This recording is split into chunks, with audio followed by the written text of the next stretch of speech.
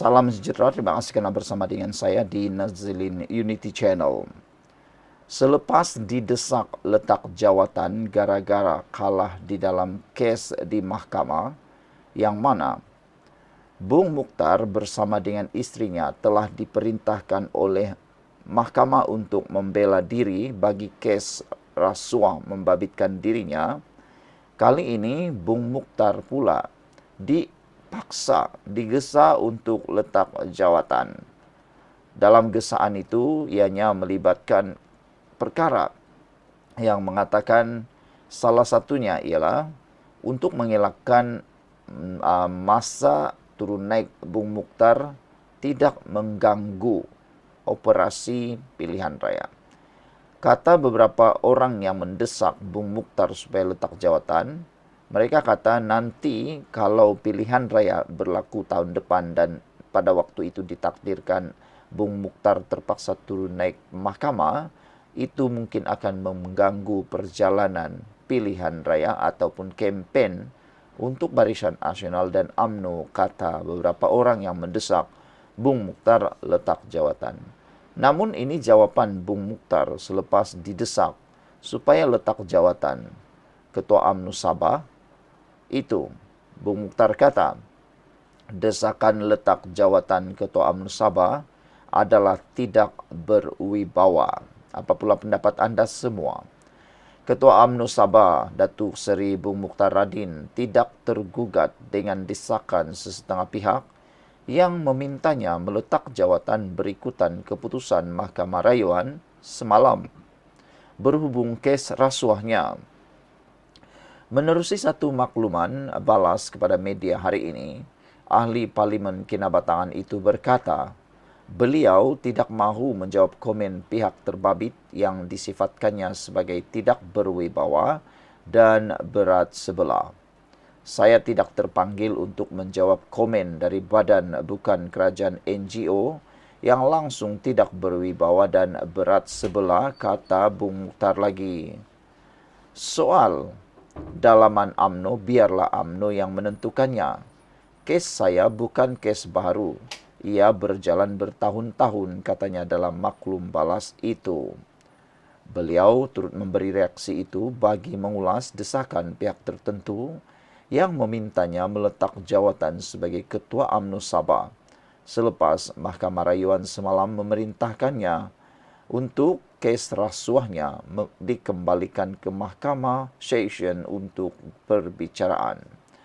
Berikutan itu, Bung Mukhtar dan isteri Datin Seri Izzati Abdul Samad yang sebelum ini dibebaskan oleh Mahkamah Tinggi daripada pertuduhan rasuah melibatkan RM2.8 juta ringgit membabitkan pelaburan RM150 juta Velcra dalam unit amanah publik Mutual Berhad perlu membela diri. Pengerusi Gerakan Kuasa Rakyat Malaysia G57 yang juga bekas aktivis UMNO, Datuk Zulkarnain Mahdar semalam menyuarakan supaya Bung Mukhtar mengundur diri dan memberi tumpuan kepada perbicaraan kes mahkamah yang dihadapinya. Mengulas lanjut, Bung Mukhtar yang juga pengerusi Barisan Nasional BN Sabah berkata, kes mahkamah yang dihadapinya tidak mengganggu kedudukan beliau untuk menjalankan tugasnya di negeri ini.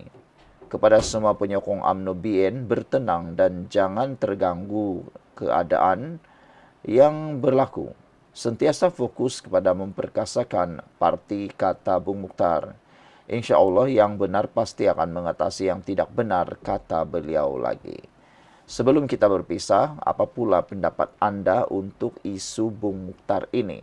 Adakah anda juga sebenarnya menyokong gesaan daripada sebuah badan NGO ini, iaitu badan yang dipanggil G57, yang menggesa supaya Bung Mukhtar meletakkan jawatan mengundur diri bagi memberi tumpuan kepada perbicaraan kes mahkamah yang dihadapinya. Wajarkah Bung Mukhtar letak jawatan dan perlu digantikan oleh orang baharu, khususnya orang-orang muda? Tinggalkan komen anda. Malaysia kita punya, kita jaga sama-sama. Cintai Malaysiaku. Bye-bye. Salam sejahtera, terima kasih karena bersama dengan saya di Nazilin Unity Channel. Ini berlaku kepada Najib yang terkini di mahkamah. Lagi hakim tarik diri mendengar rayuan Najib. Seorang lagi hakim Mahkamah Rayuan telah menarik diri daripada mendengar rayuan bekas Perdana Menteri Najib Razak untuk mengembalikan semula saman pendakwaan salah terhadap bekas Peguam Negara Tommy Thomas. Hakim Faizah Jamaluddin bersetuju menarik diri hari ini selepas Peguam Perayu Firoz Hussein Ahmad Jamaluddin mengemukakan permohonan lisan untuk penerakan diri. Pada Oktober tahun lalu, rayuan Najib ditangguhkan apabila Hakim Panel Rayuan Azizah Nawawi mendedahkan suaminya pernah bertugas sebagai timbalan pendakwa raya di bawah Tommy Thomas dan dia memutuskan untuk menarik diri. Pada permulaan prosiding rayuan hari ini, Firoz memberitahu panel 3 hakim yang dipengerusikan oleh Hashim Hamzah bahawa Faizah wajar menarik diri. Firoz menjelaskan ini kerana suami Faizah, Muhammad Faiz Azmi, merupakan pengurusi jawatan kuasa eksekutif 1MDB yang ditubuhkan pada 2018 sebagai sebahagian daripada perkhidmatan yang disediakan oleh PwC kepada dana kekayaan berdaulat Malaysia itu. Katanya, suami Faizah terlibat dalam membantu 1MDB memulihkan asetnya dan menguruskan hutangnya. Dalam saman pendakwaan salah terhadap bekas Perdana Menteri itu, Najib mendakwa Thomas bertindak jahat dengan meluluskan kes Mahkamah Jenayah berkaitan RM2.27 bilion dana 1MDB yang sedang berjalan terhadap dirinya. Oleh kerana perkara ini melibatkan pelbagai isu berkaitan 1MDB, saya terpaksa mengemukakan permohonan ini, katanya.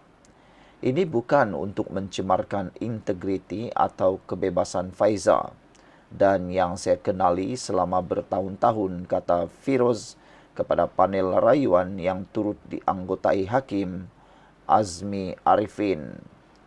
Firoz berkata lebih baik untuk Faizah menarik diri kerana dia bersama Peguam Thomas Alan Adrian Gomez pernah bekerja di firma guaman yang sama yang diketuai oleh Tommy Thomas pada tahun 1990-an.